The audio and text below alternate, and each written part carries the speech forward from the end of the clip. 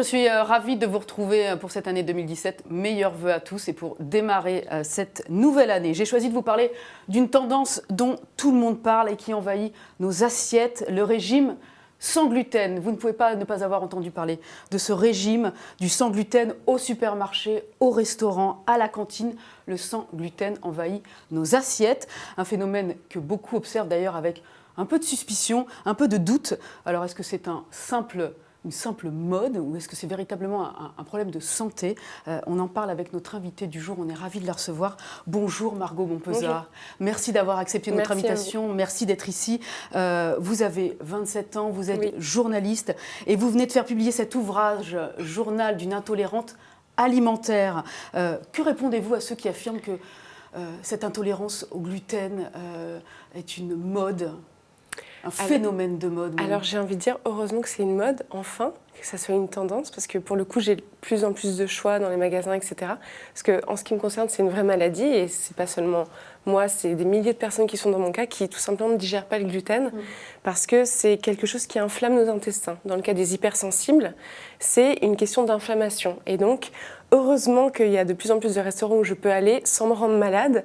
Et j'aimerais bien que ça devienne une norme maintenant, parce que manger sans gluten, c'est vraiment revenir à une alimentation plus simple. Je suis sûre que vous mangez sans gluten... Sans m'en apercevoir. Sans vous apercevoir. Quand vous mangez du poisson avec des légumes et du riz, c'est sans gluten. Et je serais ravie de manger ça avec vous. Et voilà, donc une mode, oui, de toute façon, les gens qui vont s'y mettre parce qu'ils sont attirés par les stars qui mangent sans gluten, c'est quand même tellement contraignant qu'au bout d'un moment, ils vont se lasser. Voilà. Donc, s'ils n'ont pas de bonnes raisons, je pense que c'est les vrais compliqué. Hypersensibles, les vrais malades vont continuer le régime jusqu'au bout puisque ça leur fait du bien.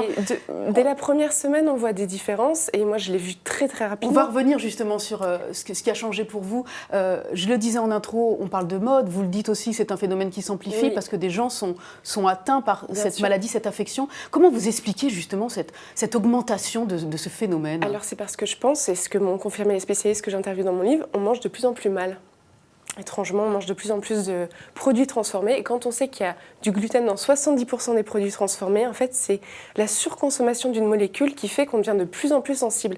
Mais s'il y avait de la carotte, on serait intolérant à la carotte de toute façon.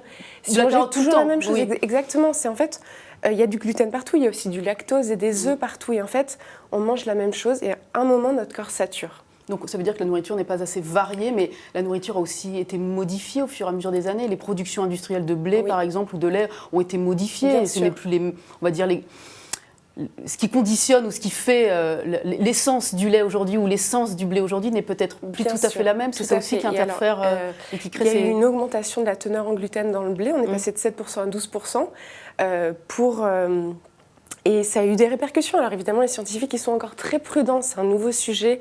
Et on est au balbutiement, en fait, c'est ce que vous me disiez, Anne, au tout début. Donc c'est vraiment, on est au début de ces questions-là. Et ils sont en train de s'apercevoir que peut-être augmenter la teneur en protéines, parce que le gluten est une protéine, dans le blé, ça peut fragiliser les intestins des hypersensibles, mais de tout le monde, en fait. Alors Margot, revenons à votre cas spécifique, votre cas à vous d'hypersensible et d'intolérante. Quelles sont exactement les intolérances alimentaires dont vous souffrez? Alors moi je suis intolérante à tous les céréales avec du gluten, donc c'est seigle, avoine, blé, orge. Il y a un petit mot pour se souvenir, c'est le mot sabot, c'est assez simple. Je suis intolérante au lactose depuis que je suis petite. Le lactose, on va rappeler que c'est le sucre qui est présent dans le lait. Donc dans tous les dérivés, tous les produits laitiers. Voilà, tous les produits laitiers à des niveaux différents, etc. Et les œufs aussi. Je me suis aperçue en faisant petit à petit un régime d'exclusion entouré de spécialistes, de gens qui m'ont observé, qui m'ont vraiment accompagnée et guidée. Petit à petit, voilà, on s'est rendu compte que vraiment mes intestins se remettaient dans un état convenable, normal, en évitant de manger tout simplement des produits qui me faisaient vraiment du mal. Et alors concrètement, justement, vous dites que ça vous faisait du mal, vous l'expliquez très bien. On va dire aux gens qu'est-ce qui se passait concrètement. Vous en parlez de façon décomplexée dans votre ouvrage, on va le dire. Si vous mangez du gluten, ou des produits à base de gluten, de lactose, d'œufs, il se passe quoi? Alors c'est une gastro pendant une semaine. C'est vraiment le transit qui se dérègle totalement. Donc c'est... à tous les niveaux, c'est aussi bien physique que sur de l'ordre du psychisme, parce que le ventre, c'est notre deuxième cerveau, et c'est tellement connecté que quand on est mal, quand vous avez une gastro, quand vous digérez pas quelque chose, vous n'êtes pas forcément de très bonne humeur, vous êtes franchement ronchon, etc.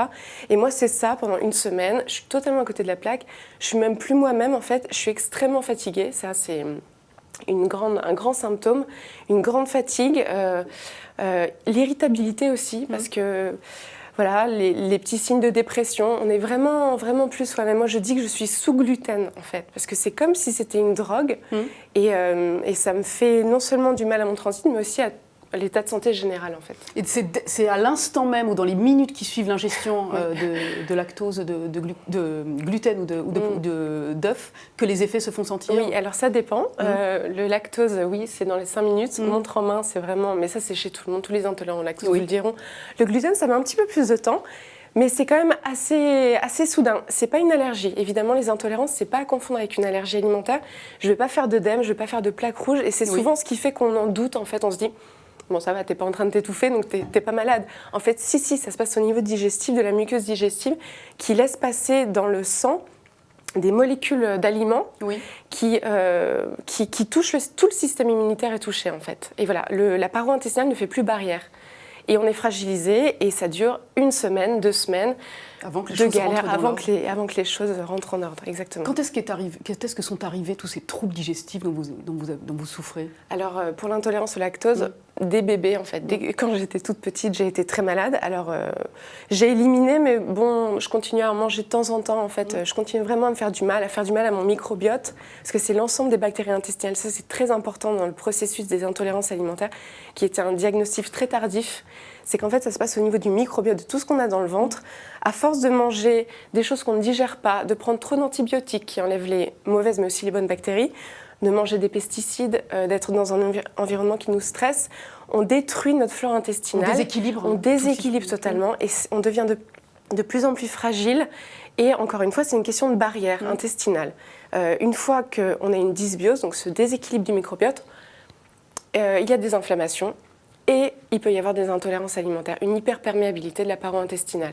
Donc, tous ces dérèglements, vous les avez connus donc, depuis toute petite. Vous expliquez dans votre livre, votre témoignage parle de plus de 20 ans pendant lesquels vous avez souffert à chaque fois que vous passiez à table.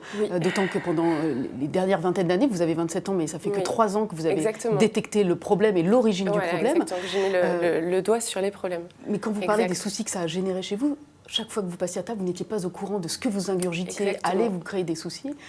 Comment on passe une enfance et une adolescence dans ces conditions? Mal, assez mal, je dois vous avouer. En fait, j'étais tout le temps malade. Alors, ce qui est dingue, c'est que je pensais que c'était normal, en fait, d'être tout le temps malade, d'être tout le temps fatiguée. Je me suis dit, bon, t'es une petite nature. Et puis, comme on n'arrêtait pas de me le répéter dans mon entourage, je me suis dit, bon, t'es un peu sensible. Essaye de ne pas embêter tout le monde avec ça. Et en fait, ça a été très compliqué. Et vous parliez des repas, mais c'est au moment de manger, mais c'est après manger, c'est constamment en fait. Comment ça se passe à l'école? À l'école, franchement, j'ai été totalement sous gluten pendant tout mon... Enfin, je dis sous gluten, mais vraiment, j'ai été très fatiguée. Bon, bien sûr, ça dépend, parce qu'il y a des périodes, on peut aller assez bien, et puis on prend le pli, on s'habitue, en fait. Mais c'est un état général de fatigue et de... On n'est pas là, en fait. On est constamment dans une bulle. Et ça, c'est un des symptômes des intolérants au gluten, mais hypersensibles comme moi, mais aussi de ceux qui ont la maladie cœliaque, qui est une maladie auto-immune très, très importante, là où même les traces de gluten font des ravages dans l'intestin, en fait. Et on est comme dans une bulle, totalement à côté de la plaque et extrêmement fatigué. Voilà. Dans le process que vous décrivez de ces années d'enfance, de ces années d'adolescence, où c'était un handicap monstrueux à surmonter par rapport aux autres, par rapport à vous-même aussi, votre état de fatigue, votre peau qui était très dégradée, vos cheveux aussi. Oui, vous n'avez pas l'impression aujourd'hui d'être passé en quelque sorte à côté d'une partie de votre vie presque?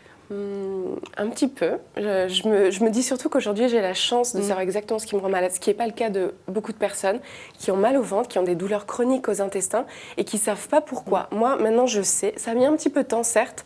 Et bon, ça a été un petit peu difficile, mais maintenant, je suis tellement heureuse d'avoir mis le doigt sur ce qui me rend malade. C'est une énorme chance. Et maintenant, ça va. Franchement, ça va très bien. Il y a encore des problèmes, mais bon, ça... Donc, ça fait 3 ans que vous avez été, on va dire, diagnostiqué. Donc, depuis, vous avez banni le lactose, le gluten, les dérivés des produits à base d'œufs. Quelles conséquences aujourd'hui physiques, psychologiques ont lieu, qui font que maintenant vous allez mieux? Alors, c'est à tous les niveaux que ça va mieux. Physique, j'ai un transit normal, comme vous, comme tout le monde. Voilà. Je sais enfin ce que c'est d'aller aux toilettes. Voilà. Tout simplement, c'est très naturel, alors qu'avant c'était un énorme handicap qui pouvait me toucher dans la vie de tous les jours, etc. Donc il y a ça, il y a découvrir le plaisir de manger, parce que quand on est intolérant et qu'on s'empoisonne avec ce qu'on mange, on perd le goût des aliments. Maintenant, j'ai retrouvé le goût des aliments. Je peux être très heureuse de manger un épi de maïs qui n'a absolument aucun goût pour vous peut-être, mais pour moi, c'est une vraie jubilation en fait. Je suis vraiment très heureuse de manger. J'ai découvert le plaisir de manger en arrêtant de m'empoisonner. Et pourtant, vous avez banni une grosse partie de notre alimentation. Comment vous gérez la frustration de ne plus vous jeter sur un gâteau, de ne plus pouvoir accéder à un croissant dans une pâtisserie? Alors, c'est assez compliqué. Pizza, comment vous faites? Vous aimiez ça, vous le dites. J'adore ça. Et encore maintenant, j'adore. J'ai appris à en faire, à cuisiner. Bon. Et il y a de plus en plus de restaurants qui ouvrent, de gens qui ont été malades comme moi et qui commencent à faire des initiatives pour que je puisse avoir accès à des pizzas, à des kebabs, à des choses comme ça que j'adore manger. C'est très frustrant, mais en même temps, vous savez, manger sans gluten et sans lactose, finalement, c'est manger des choses très simples qui me font tout autant plaisir. Manger des fruits, on découvre des variétés de légumes hallucinantes que je ne connaissais pas du tout, et des céréales sans gluten. Alors, voilà, il faut être un peu aventureux, mais je suis franchement ravie et j'ai pas aujourd'hui de frustration parce que il y a à peu près tout maintenant que je peux manger sans gluten. Voilà, je le disais en introduction, il y a maintenant des restaurants qui ouvrent à Paris, en province, qui sont dédiés justement aux personnes qui sont dans votre cas. Il y a, en supermarché, on trouve des rayons entiers qui aussi s'étoffent avec le temps. Les gens aussi au quotidien sont un petit peu plus sensibilisés à ça, même si on reste quand même pour beaucoup assez en retrait ou assez plein de doutes encore. Bon, ça, les choses vont probablement s'améliorer. Vous citez un pays comme les États-Unis qui sont extrêmement en avance, dans lequel vous aimez vous rendre, parce qu'au moins là-bas, vous n'avez aucune hésitation sur les contenus qui sont dédiés au sans gluten. Il y a du choix à foison dans les magasins. Vous dites aussi que vous avez fait le choix, quand vous avez été diagnostiquée intolérante ou en tout cas hypersensible au gluten et au lactose, de consulter une psychologue, nutritionniste, spécialiste des troubles alimentaires. Pour quelle raison? Parce que quand on n'a pas un rapport facile à la nourriture, quand on est dans une démarche d'exclusion des aliments, ça peut aller assez loin et on peut rentrer dans une forme d'orthorexie. C'est un trouble du comportement alimentaire. On ne veut ingérer que des aliments très sains, etc. Et je ne voulais pas être dans cette démarche-là, je ne voulais pas me rajouter un stress, c'est déjà assez stressant. Je ne voulais pas me dire, je risque d'avoir des problèmes à côté de ça. Donc j'ai voulu vérifier que j'allais pas être sujette à ces troubles et lui dire quel était mon quotidien. Et elle m'a rassurée en me disant, mais en fait, vous mangez super bien et vous arrêtez de vous faire mal au ventre. Donc c'est naturel et en plus, c'est sain. Donc continuez, allez-y. Et faites-vous du bien, c'est le principal en fait. Ça, c'est un des conseils que vous donneriez à des personnes qui se posent la question aujourd'hui, une personne qui se dit avoir des troubles digestifs, qui ne comprend pas d'où ça vient. Par quelle étape elle devrait passer? Quelle est la première chose à faire? Alors, la première chose à faire, c'est un constat. Non, ce n'est pas normal. C'est ce que je me suis dit moi au tout début. Et c'est assez compliqué à faire. C'est le côté... non, ce n'est pas normal d'être malade tout le temps. Et à partir de là, on peut être dans une démarche positive. Alors moi, j'ai fait quelque chose qui a pas mal marché dans mon cas. J'ai tenu un carnet de ce que je mangeais, tout simplement, en voyant petit à petit le lien entre tel aliment, telle réaction dans mon corps. Parce que c'est assez nouveau de faire le lien entre ce qu'on mange et l'état dans lequel on est. Et pas mal de spécialistes ont encore du mal à le faire et on se retrouve souvent seul. Donc c'est pas mal de faire ça, de ne pas être dans une démarche trop radicale, parce que si vous excluez tous les aliments d'un seul coup, vous ne saurez pas exactement ce qui vous rend malade et vous allez être perdu, etc.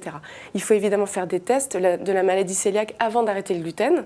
Où est-ce qu'ils se font ces tests? Il faut faire quoi pour faire ces tests? Dans les hôpitaux, dans les CHU. Pour l'intolérance au lactose, c'est un test respiratoire. Pour la maladie cœliaque, on va voir dans vos intestins s'il y a une atrophie, même une disparition des villosités de l'intestin grêle. C'est un des symptômes, une des causes et conséquences de la maladie cœliaque. Donc voilà, c'est vraiment ça, s'observer et faire attention à son microbiote. Quand on sait qu'on est malade, se dire que la flore intestinale qu'on a dans le ventre, la flore intestinale, c'est tellement important de faire attention. Et on a tellement la main sur ça. Il suffit de manger un peu plus de légumes, de fruits, de fibres, arrêter les mauvais sucres, les mauvaises graisses, et dans une démarche de manger plus simplement des vrais aliments. Parce qu'encore une fois, il y a du gluten dans 70% des produits transformés. De redécouvrir aussi le plaisir de manger, de la bonne cuisine et des bons aliments. De ne pas être paranoïaque, de ne pas être dans une démarche trop radicale en fait. Merci beaucoup Margot Montpezat d'être venue au Figaro nous parler donc de votre vie, de votre expérience mauvaise expérience pendant une vingtaine d'années, mais aujourd'hui, le problème, on va dire, est résolu ou quasiment résolu. Vous en témoignez dans un superbe ouvrage très drôle, très complet, Journal d'une intolérante alimentaire, qui est publié aux Arènes. On y trouve des conseils pratiques, des recettes sans gluten, sans lactose et sans œufs, et les interviews, le contenu des interviews que vous ont accordé des spécialistes de la santé, des chercheurs et des nutritionnistes. Merci beaucoup. Merci beaucoup.